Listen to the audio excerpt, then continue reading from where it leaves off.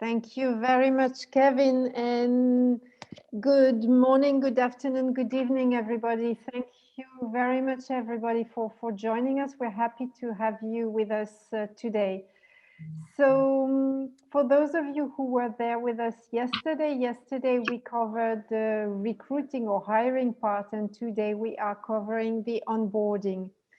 So what I'm going to review today or cover with you is first do a quick review of what we saw yesterday. Kevin did a great presentation about hiring or recruiting yesterday, so I'm going to give you a brief summary.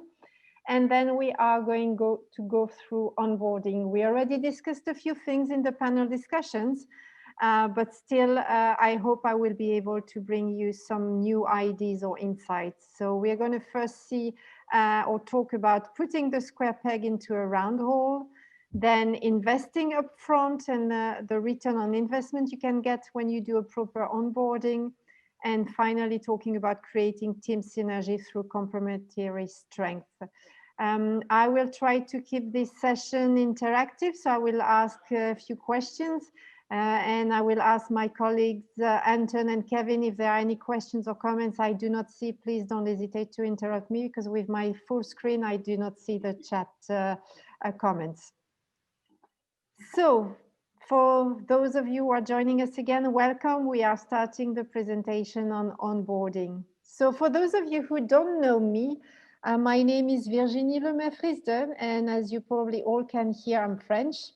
I am based out of Luxembourg, and I have worked for more than 20 years abroad. I've been an expatriate for more than 25 years, and I've lived in 6 different countries, working in big international organizations, and the last one being Amazon.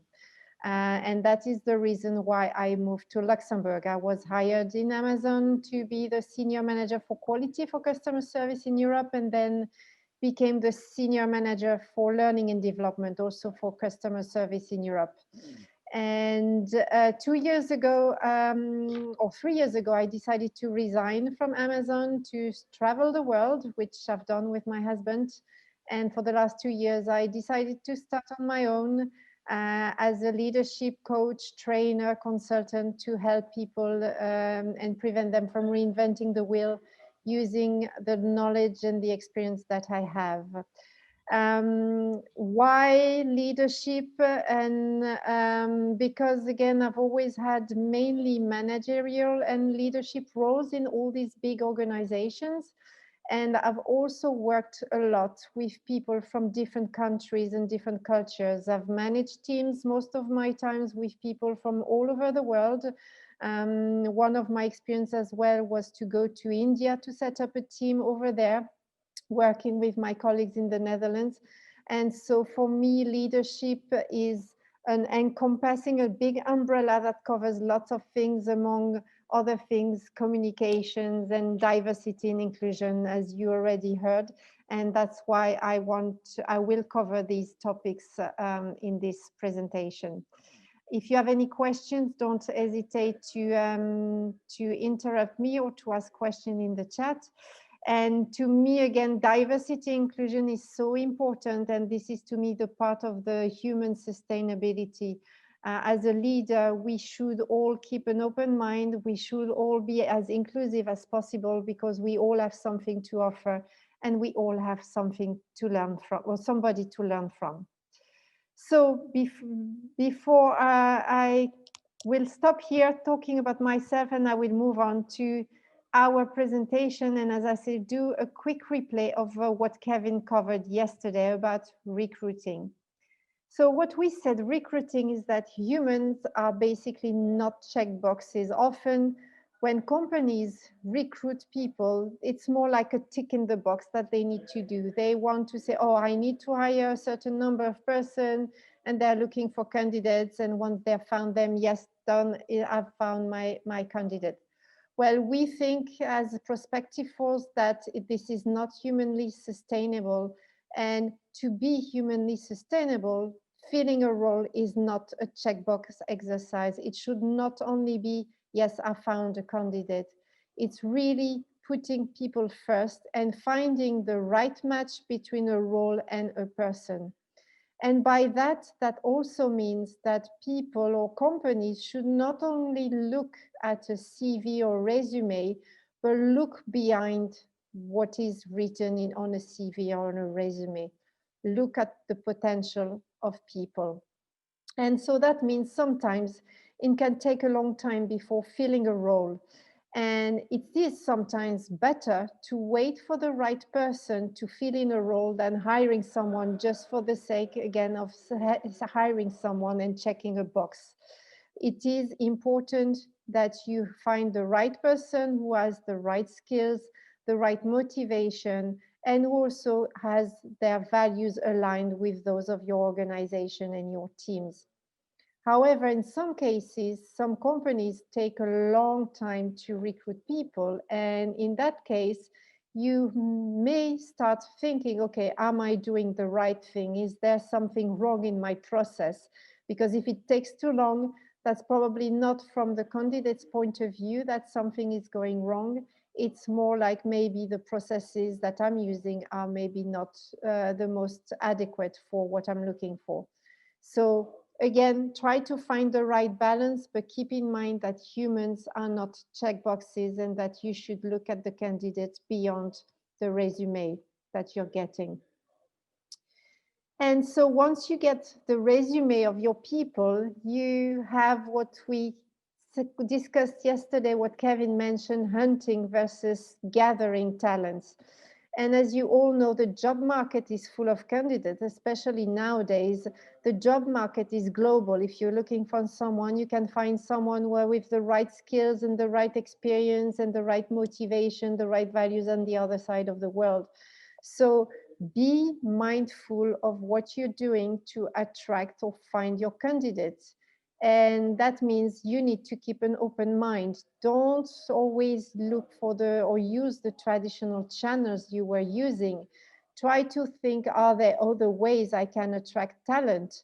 Are there other ways I can find the people I'm looking for to fill in my roles? And so that means you need to be to balance again, and you will see that balance is the word that we use often. Balance between finding the right person who has the expertise that you're looking for, the know-how, and then again the general mindset that people may not have the technical skills that you're looking for, but again, they may be motivated, they may be very enthusiastic about working for your company. They may show that they have the potential to become somebody great within your organization. So again, keep an open mind. Don't always think of the traditional ways that you have to find your people, to hunt or gather them. Really keep an open mind and do some active recruiting. We also mentioned yesterday there are different ways of doing the recruiting. There are the traditional ways, whether it is putting an ad via LinkedIn or on different job sites or even on your website. But you could also find other ways, like maybe organizing some fairs, some job fairs, participating in some job fairs, or even approaching colleges, universities, or maybe high schools to start to find identifying your people. Again, keep that open mind at all time. This is how you will be able to recruit the right persons and not be under stress when you really need to fill a role urgently. And so, as I said, when you're looking for someone, look beyond the resume. As I said before, the resume is only a picture of a candidate. It's a picture of what the person has done, what is his or her professional experience, the education, etc. But there are so many more things that a person is that you cannot see in a resume.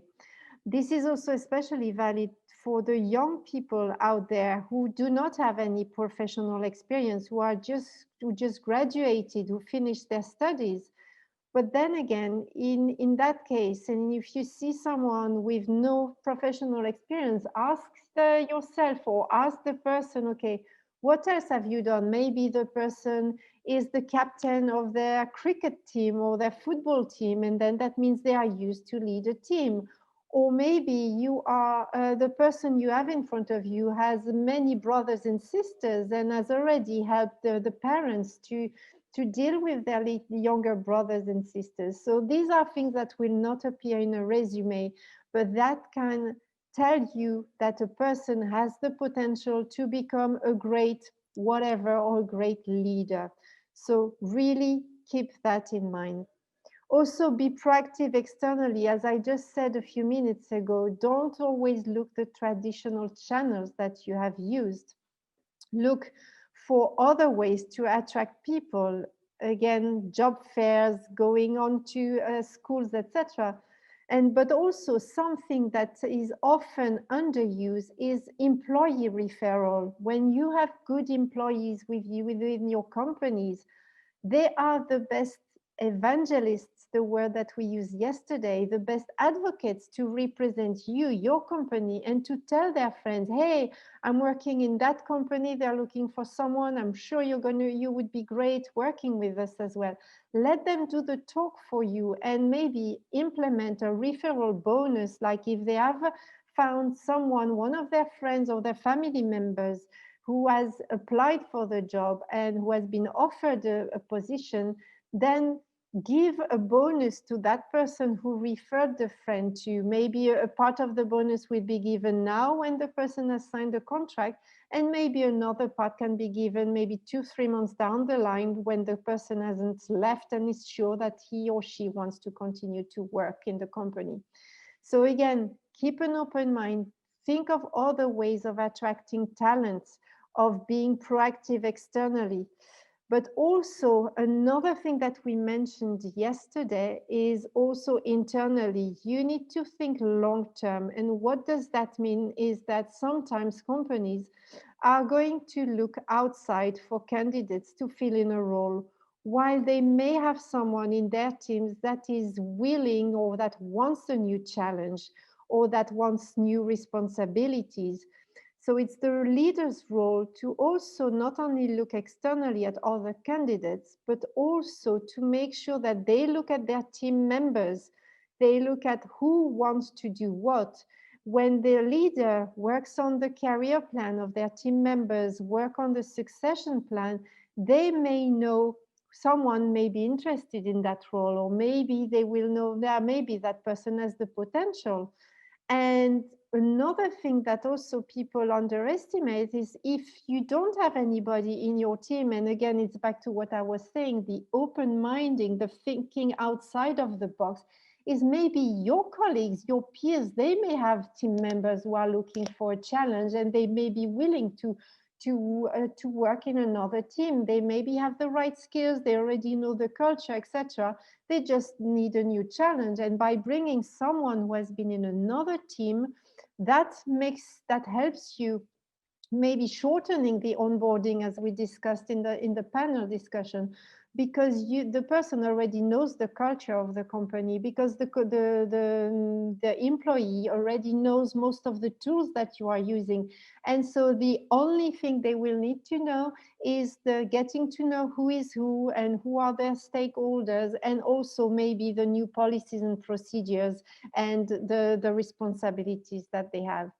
So really the message here is don't always think traditionally, whether you are looking for people for a job that you need to fill in. Sometimes it's better to wait a bit more instead of really hiring someone quickly to fill in the box, because again, if you're hiring the wrong person, this may cost you in the long term, whether it's in time or in money. But again, think about all the other ways you have at your disposal while looking for some people. Look internally at your team, look internally at other teams. And when you are looking externally, don't only use the traditional ways, but also be creative in your way of recruiting. This is how you're going to attract talent. That's how you're going to motivate people, and you will have people stay in your organization. So I hope I provided a brief summary of what Kevin presented yesterday. do we have any question at the moment from those of you who were there with us yesterday or those of you who joined us today? Any questions or comments before I move on? Great job, Dee. Thanks. You did a better job recapping than I did. Thank you. Yeah, it is fine. Let me. It's still fine? Yes? No, Yeah. no questions? Thank you. So Ramesh has a question, I believe. Okay. No, it is clear. Yeah. It is clear? Okay. It's good. Brilliant. Thank you very much. So then I'm going to move on to the next part, which is really, as we said, the core of onboarding. So what we discussed in our panel discussion, and Anton, I wish I could take the recording of the video we've done because you summarized it so well. I was like, hey, this would fit perfectly in my slide, basic onboarding or robotic onboarding. So if you remember what Anton said earlier on, he says often in companies, you get your candidate, you found him or her, he or she has signed a contract and is coming in your office, and basically you're saying, okay, hi, I'm your boss and these are your colleagues and this is your desk and these are the tools you use, this is your password, and off you go. Obviously, I'm exaggerating, but still, often these onboarding, these introductions are very robotic. So what I want to ask you all first is, do you remember your first day on the job that you have now? And if you are not working in a company at the moment, do you remember the first day of your last job? If anyone wants to share how it was. Anybody wants to share, whether it's a good or a bad experience? I just want to hear from some of you. Oh, I see we have a new people joining us. Geoff, welcome. And Usha as well, welcome. Thank you for joining us.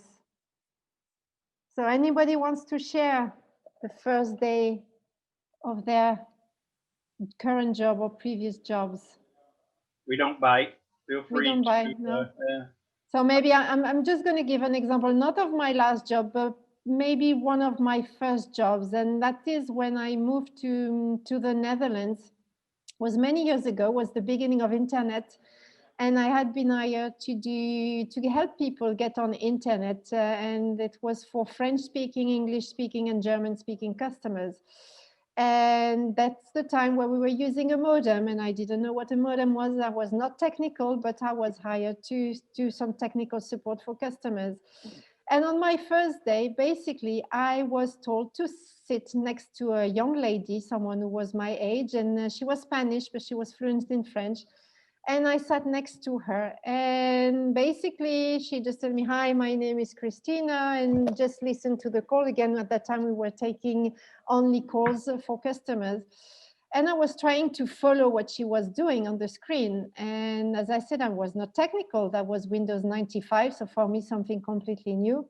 And she was telling to the customers who were calling, yeah, click on start, settings, control panel, click here, click there, click OK, OK, OK. And while I was following her, I really was struggling to understand why she was telling the customers click on OK while she herself was clicking on cancel. And it took me many, I know it's silly now, obviously, but at that time, as I say, me not being technical, the reason why I had been hired is because I was speaking fluently French, English, and German. I was wondering, why is she doing that? And why are apparently the customers understanding what she says, but I'm not? And I had all these questions. I had no idea, again, about the job, the company. I was just listening to her for 2-3 days. And after I was put on the phone, and the first customer I got was screaming at me, threatening to call Bill Gates to fire me because I was not giving him the answer that he wants. So that was my onboarding. And looking, Couple of Hold comments. on, Kev. I know you're going to read it, but I'm just want to share the worst version. If you guys want to watch the most robotic onboarding, it's Marine Corps boot camp. Yeah. There's nothing more robotic about that. We thought it wasn't, like, even the drill instructors weren't robotic. We found a playbook that literally told them what to say, how to say it, and how much spit to exert while they're doing it. How to stand, the whole bit. Yeah. Ramesh, commented that apparently his experience with his first day on the job was a long waiting day. And then Kimberly said that her first day at a newspaper job was eye-opener. She was new kid and called kid by all, had extreme deadlines and mistakes were not tolerated. I was excited and terrified at the same time. Exactly. Yeah, I was also terrified. I was like you, Kimberly, in my example, when that first customer screamed at me and shouted and said I would be fired. And I was like, oh my God, is that really what I want to do? And why am I here? And asking, I was terrified. I cried. And my mentor at that time, the guy came to me and said, no, they are not all like that. All the customers are not all like that. But the good thing, what happened is that he spoke to that customer because the customer didn't want to believe me. And he talked to that guy, and the guy actually told him that I had given him the right answer. And so to my luck, I would say the customer at the end of the day called back, asked to speak to me, and I was terrified, but he apologized. He apologized for screaming at me, for shouting at me and telling me, listen, I'm sorry. I didn't realize that you were new, and I also didn't realize that you were the technical support. There are certain things you couldn't do. And so I'm really sorry. And after that day, I was like, okay, tomorrow is another day and it will get better. And it did get better. And I got great opportunities after that. But just why I wanted to share this example, and thank you, Ramesh and Kimberly, for sharing that as well with us, is just to show you how critical it is to have a great first impression on your onboarding. Because for me, this experience was in 1995, so it's 25 years ago, and I still remember it as if it was yesterday. And so these are the things that you remember. And as a company, you want to make sure that your people remember you in a good way and not in a way like, oh my God, what a terrible experience. So again, think about that onboarding. The last thing you want is have a robotic onboarding or basic onboarding. So moving on to my next slide is putting the square peg into the round hole. For those of you who have hired people, who are hiring managers, you may have been in that situation. And if you are not a hiring manager or have never been, you may have seen or heard this before. So you may have had, again, you found a great candidate. The resume was great, experience was great, the interview went very well, the person was very motivated, enthusiastic, etc. And you started the onboarding with them. And then you start wondering, well, they seem great during the interview, but now they seem like maybe not as strong as I thought. So you may have already thought about that. Or you may have thought, or you may have heard managers saying, why aren't my new hires productive yet? They have the skills, they have the knowledge. I've checked their CVs, I've checked their recommendations. I have made the interview myself with them. I talked to them, I asked them to give me some example, and they did. And yet, after X amount of times, a few days or a few weeks, they are still not productive yet. Why is that? I'm hearing some people joining us. Just checking if we have some new people. No. Okay, great. Or unless I missed someone. No. We're good, Dee, but we do have a comment. Yes, go on. Wes commented, said it didn't remember the study, but he said he thought reading something like 85% of the workers' minds are made up about an organization within the first 90 days. Exactly. These thoughts can be positive or negative, but the foundation is set within those first 90 days. That's our onboarding period, right? Exactly. That's what we say. Thank you for that comment. Exactly. And that is why it is critical to get the onboarding right. And the one other thing that you may have seen or heard is wondering, why are your new hires overwhelmed? You think they already know the job. If you hire an analyst, well, the analyst should already know how to work with Excel and SQL and whatever tool you have in your organization. And you're thinking, but why do they seem overwhelmed? Why can't they pick up the job as we explained it to? So then again, to Wes' point, it is critical that you get the onboarding right. It is not a rush. It is not a marathon that you need to run in a certain time, and then at the end, yes, they finish their onboarding and up, they're ready to go. No, it's not that. It is really, really important that people, companies invest time in this onboarding, because this is what is going to set the tone for the rest of their experiences there in the organization. Obviously, you wanted to give them a first good impression with your recruiting process, and that is what we covered yesterday, from how you recruit people, how you provide the interviews, how after you do the onboarding with the administration things that need to be filled in.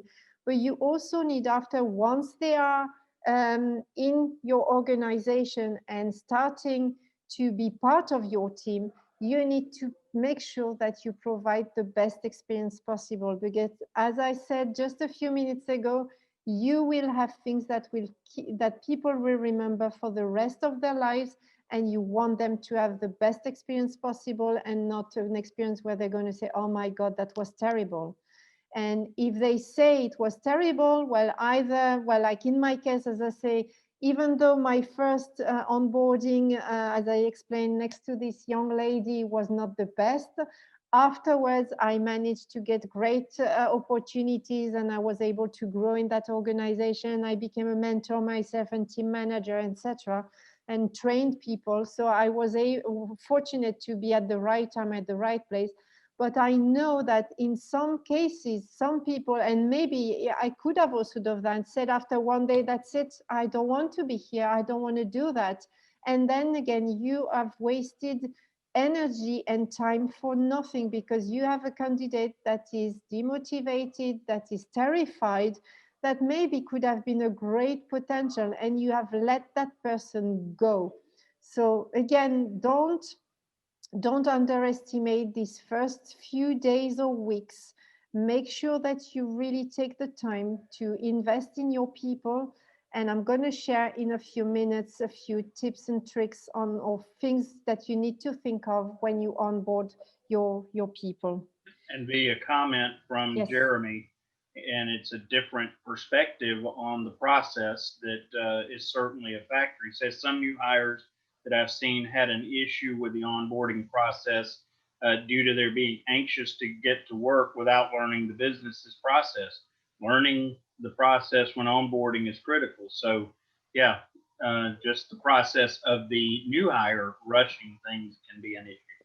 Exactly, and that's a great point, and that's what we discussed briefly in the panel, is when you can give some information to your new hires even before they start in your office, or they start officially as your new employee. This is how you're going to ensure a smooth transition.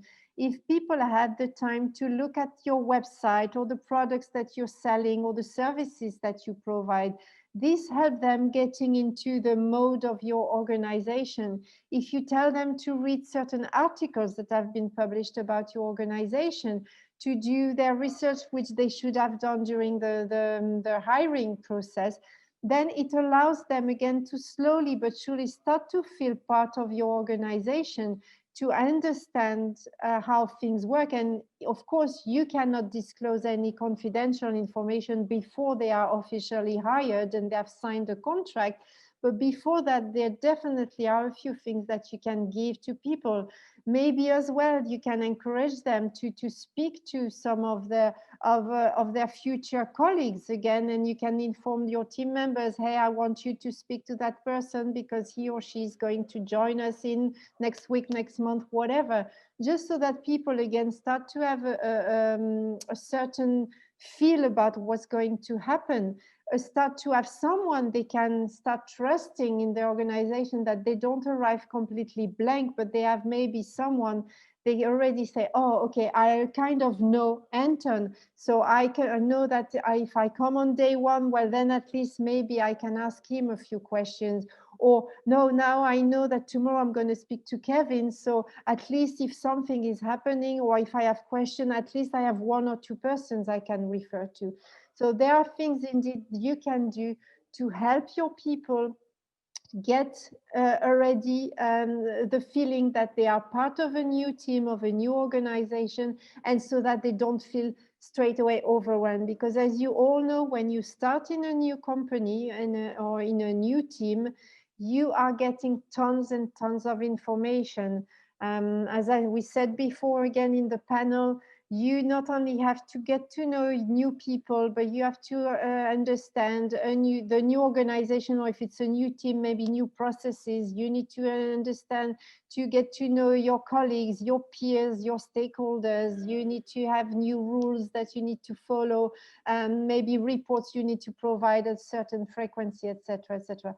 So it's overwhelming. And another thing that's overwhelming, and again, I know because I've been there, I've lived in 6 different countries, and every time, even though most of the time I knew the job already, and one time when I moved from the Netherlands to Italy, it was the same company, it was kind of more or less the same job, but it was going to a new country. At that time when I moved to Italy, I was not speaking Italian, so you're overwhelmed because you need to look for a place where to stay, to sleep. You have new colleagues, you have a language that you don't speak, and you still have to get your job done. And all of that makes you really, really tired because you need to absorb that information as quickly as possible.